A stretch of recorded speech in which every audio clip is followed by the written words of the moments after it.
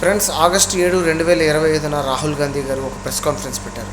Almost 1.5 hour సెషన్గా ఉన్న ఈ press కాన్ఫరెన్స్లో కంప్యూటర్ ప్రొజెక్షన్తో ఇండియాలోని బిగ్గెస్ట్ ఎలక్షన్ స్కామ్ అయిన ఓట్ చోరీ గురించి ఆయన ఎక్స్పోజ్ చేయడం జరిగింది. విత్ ప్రూఫ్స్ అండ్ ఎవిడెన్స్తో పాటు డిస్ప్లే చేస్తూ కంప్లీట్ ఎక్స్ప్లెనేషన్ ఇచ్చి ఒక సెమినార్గా ప్రెస్ కాన్ఫరెన్స్ని కాస్త సెమినార్గా మార్చి కంప్లీట్గా మీడియా ముందు ఓపెన్గా డిస్కస్ చేశారు దీని గురించి. సో ఇది చాలా పెద్ద చర్చనీయాంశమైంది సంగతి మన అందరికీ తెలిసిందే. సో ఈ సెషన్ జరిగిన ఒక నెల, అంటే ఆల్మోస్ట్ ఒక 40 days తర్వాత, అంటే 17 సెప్టెంబర్, ఇది ఏదైతే మహదేవ్పురాలో జరిగిన ఓట్ చోరీ గురించి ఆల్మోస్ట్ 1,250 ఓట్స్, ఫేక్ ఓట్స్ గురించి మహదేవ్పుర కాన్స్టిట్యున్సీలో చెప్పడం జరిగింది ఫస్ట్ ప్రెస్ కాన్ఫరెన్స్లో. సెకండ్ ప్రెస్ కాన్ఫరెన్స్ అంటే ఆల్మోస్ట్ ఒక 40 days తర్వాత 17th September second press conference, almost ఒక 40 to 50 minutes second press conference పెట్టడం జరిగింది. ఇందులో ఏంటంటే ఈసారి ఆలంద్ కాన్స్టిట్యున్సీలో నార్త్ ఇండియన్ సిటీ అయిన కర్ణాటకలో నార్త్ ఇండియన్ సిటీ అయిన ఆలంద్ కాన్స్టిట్యున్సీలో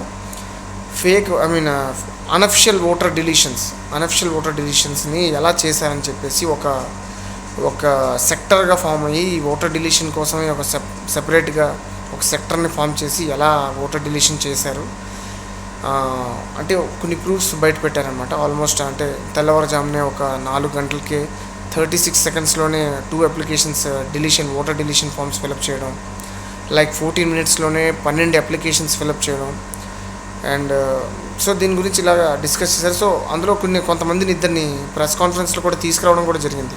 అంటే ఎవరైతే బతికి ఉన్నారో వాళ్ళ ఓటర్ని డిలీషన్ ఏదైతే చేశారో వితౌట్ వాళ్ళ పర్మిషన్ కానీ, లేకుంటే వితౌట్ వాళ్ళ అప్లికేషన్ ఫామ్ ఫిలప్ చేయకుండానే, వాళ్ళ సిగ్నేచర్స్, వాళ్ళ ప్రూఫ్స్ లేకుండానే, వాళ్ళ పర్మిషన్స్ లేకుండానే, వాళ్ళకి తెలియకుండానే ఎలా ఓటర్ డిలీషన్స్ చేశారని చెప్పేసి ఏదైతే ఓటర్ లిస్ట్ ఏదైతే ఉందో అందులో ఒక ఇద్దరిని లైవ్గా ప్రూఫ్గా అందులో ఆ ప్రెస్ కాన్ఫరెన్స్లో తీసుకొచ్చి మాట్లాడించారు కూడా. సో అదంతా నేషనల్ మీడియాలో పెద్దగా రాకపోయినా సరే సోషల్ మీడియాలో నేషనల్ వైడ్ బాగా స్ప్రెడ్ అయింది. సో కాకపోతే ఏంటంటే చాలామంది ఏమనుకుంటున్నారంటే ఈ ఓట్ చోరీ ఇష్యూ ఎప్పుడైతే ఆగస్ట్ 7th ప్రెస్ కాన్ఫరెన్స్ పెట్టారో రాహుల్ గాంధీ గారు, తర్వాత ఆయన కొన్ని సందర్భాల్లో మీటింగ్స్లో చెప్పడం జరిగింది, ఇది ఏదైతే ఉందో ఇది ఒక యాటమ్ బాంబ్ అండి, ఓట్ చోరీ అనేది ఒక యాటమ్ బాంబు, మేము ఒక హైడ్రోజన్ బాంబ్ని త్వరలోనే రిలీజ్ చేయబోతున్నాం, విత్ ప్రూఫ్స్ అండ్ విట్నెసెస్తో పాటు బయట చేయబోతున్నాం, దీన్ని ఎక్స్పోజ్ చేయబోతున్నాం అని చెప్పేసి.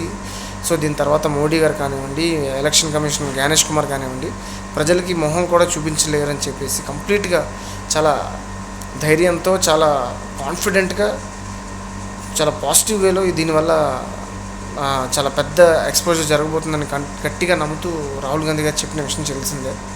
సో చాలామంది ఏమనుకుంటారంటే ఓట్ చోరీ ప్రెస్ కాన్ఫరెన్స్ తర్వాత ఆల్మోస్ట్ ఒక 40 days తర్వాత అనఫిషియల్ ఓటర్ డిలీషన్స్ అనేది జరిగింది కాబట్టి, దీని గురించి ఎక్స్పోజ్ చేశారు కాబట్టి ఇదే హైడ్రోజన్ బాంబ్ అని అనుకుంటున్నారు. కాదండి, హైడ్రోజన్ బాంబ్ అనేది దీనికన్నా పెద్ద ఇష్యూ మీద, దీనికన్నా పెద్ద స్కామ్ మీద, పెద్ద స్కాండల్ మీద ఓపెన్ అవ్వబోతుంది. రాహుల్ గాంధీ గారు నిన్ననే ఇండియన్ నేషనల్ కాంగ్రెస్ యూట్యూబ్ ఛానల్లో ఒక 1 minute షార్ట్ పెట్టారు. అందులో త్వరలోనే మేము హైడ్రోజన్ బాంబ్ని రిలీజ్ చేయబోతున్నాం అని చెప్పేసి ప్రకటించడం జరిగింది. సో నేను కూడా చాలా ఈగర్గా, కీన్గా, ఇంట్రెస్ట్గా వెయిట్ చేస్తున్నాను ఏం జరగబోతుంది, ఎటువంటి స్కామ్ రిలీజ్ చేశారు అంటే మోదీ గారు కానివ్వండి, election commission mister Gyanesh Kumar కానివ్వండి, ఎలాంటి స్కామ్లో ఇరుక్కున్నారు, ఆ ప్రూఫ్ ఎలా రాహుల్ గాంధీ గారికి దొరికింది, సో ఏం చెప్పబోతున్నారు, ఎలాంటి విట్నెసెస్ ప్రూవ్ చేయబోతున్నారు, చూపించబోతున్నారు అని చెప్పేసి చాలా ఆతృతతో ఉన్నాను నేను కూడా.